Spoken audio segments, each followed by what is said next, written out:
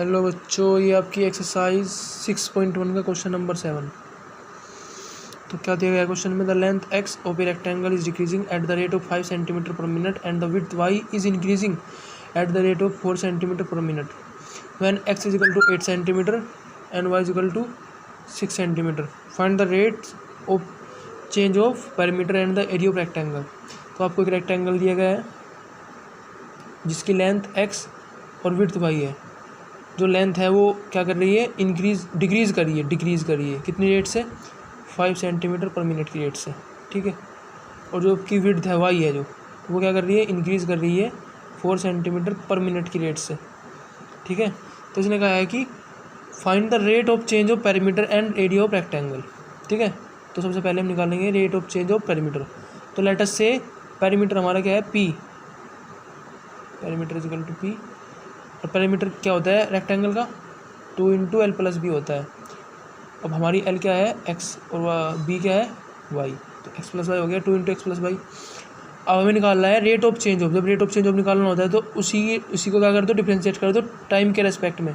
तो D P by d T हो जाएगा इज इक्वल टू, अब इसको टी के रेस्पेक्ट में डिफ्रेंशिएट करेंगे तो हो जाएगा 2 तो कॉन्स्टेंट बाहर आ जाएगा, तो अंदर हो जाएगा d x by d t plus d v by d t, d y by d t, ठीक है।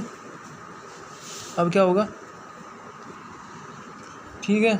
अब क्या करेंगे, अब देखिए ये भी दिया गया है, ये भी दिया गया है। इसको वैल्यू पुट कर देंगे डायरेक्ट यहाँ पे। देखिए D x by d T है क्या, rate of change of length, rate of change of length, यानी कि लेंथ कितनी रेट से डिक्रीज़ या इंक्रीज़ हो रही है। तो ये डिक्रीज़ हो रही है लेंथ कितनी रेट से, 5 सेंटीमीटर पर मिनट से। इसका मतलब यहाँ पे आएगा -5 क्योंकि डिक्रीज़ हो रही है, plus d y by d t, rate of change of width.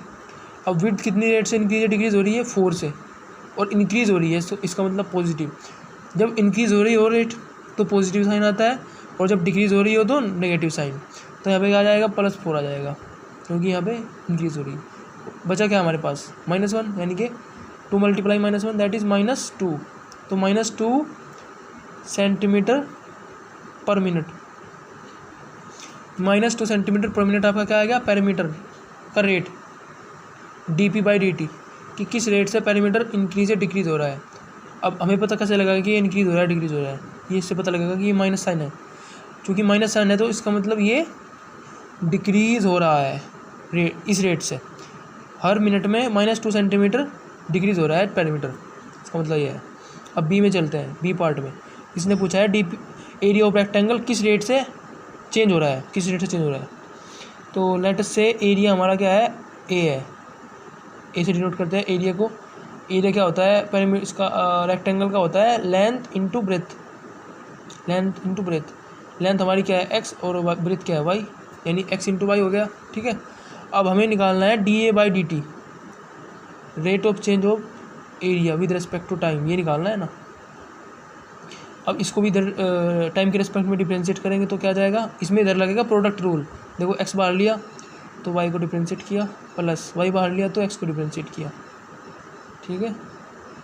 अब क्या होगा, अब हमें पता है d a by d T निकालना है, तो एक्स लगाएंगे ऐसे, एक्स को इसने को क्वेश्चन में गिवन दिया है कि ये तब निकालना है जब एक्स इजिकल टू 8 सेंटीमीटर और वाई इजिकल टू 6 सेंटीमीटर हो। देखिए ए पार्ट में तो हमें ज़रूरत ही नहीं पड़ी एक्स और वाई की पुट करने की, क्योंकि ये तो डायरेक्ट आ गया आंसर।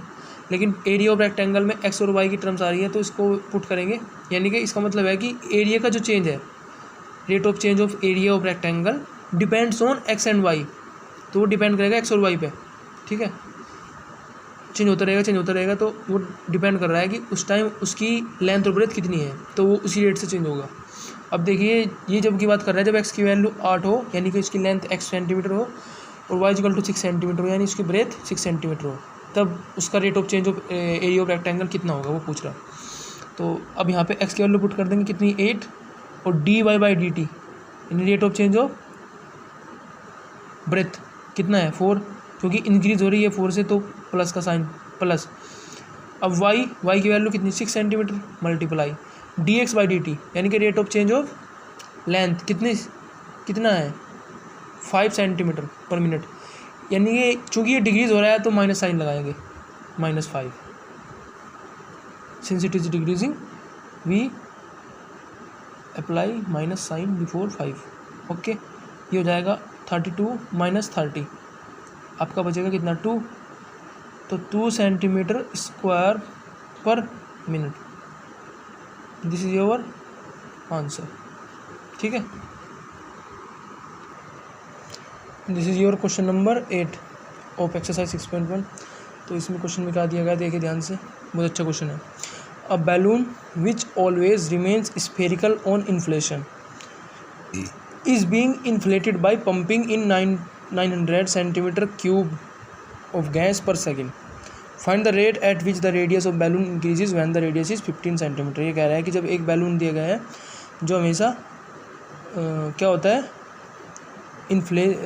स्फेरिकल रहता है, जब हम उसको फुलाते हैं उसमें गैस भरते हैं, ठीक है, और वो पंपिंग के द्वारा इन्फ्ला जाता है, गैस भरी जाती है उसमें। कितनी गैस भरता है pump? 900 centimetre cube of gas पर सेकंड, यानी कि एक सेकंड में इतने वॉल्यूम गैस भरता है वो, 900 सेंटीमीटर क्यूब गैस, इतने वॉल्यूम गैस, ठीक है। Find the rate at which radius of balloon increases. तो कह रहा है कि अगर वो इतनी रेट से गैस भरेगा तो किस रेट से बैलून की रेडियस इंक्रीज होगी। When the radius is 15 centimetre, जब उसकी रेडियस 15 सेंटीमीटर होगी, जब वो फूल रहा होगा, ऐसे फूल रहा होगा, तो एक टाइम ऐसा आएगा कि उसकी रेडियस बढ़ती बढ़ती 15 सेंटीमीटर हो जाएगी। तो उस टाइम, उस इंस्टेंट पे उस बैलून की रेडियस कितनी रेट से इंक्रीज़ हो रही होगी, वो पूछा है क्वेश्चन में, ठीक है। तो आइए स्टार्ट करते हैं। तो सपोज ये बैलून है, ठीक है, उसकी रेडियस कितनी है, स्फेरिकल है, समझ रहे हैं, स्फेरिकल, जैसे गुब्बारा होता है ऐसे इस टाइप का बैलून। तो इसमें ये आर रेडियस है, सपोज ये दिस इज़ आर, ठीक है। अब हमें क्या दिया गया है, लेट अस से दिस इज़ वॉल्यूम वी। अब इसके वॉल्यूम को हम वी से डिनोट कर रहे हैं, ठीक है।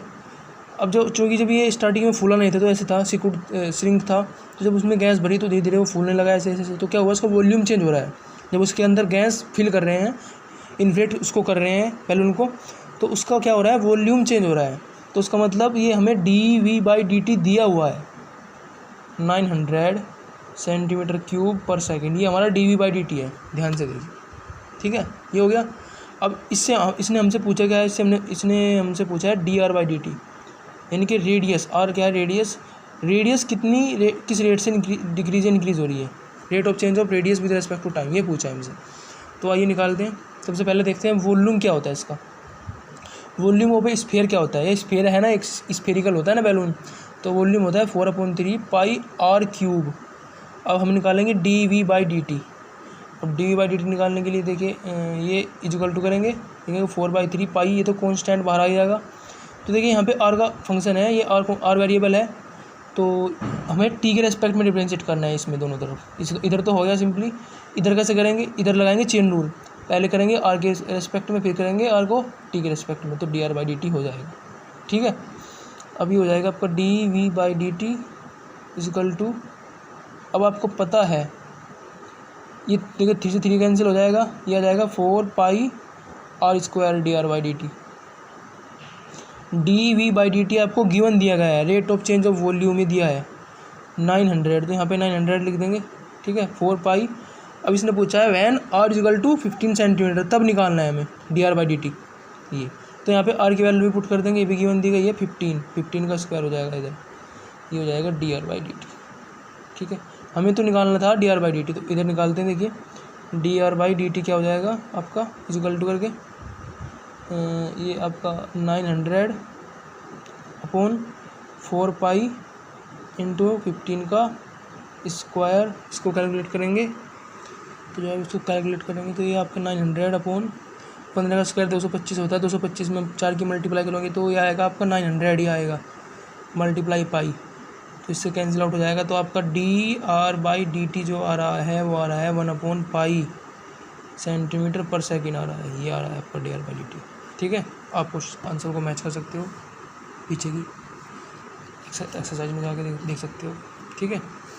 अगर आपको कोई डाउट हो तो आप कमेंट भी कर सकते हो, ठीक है।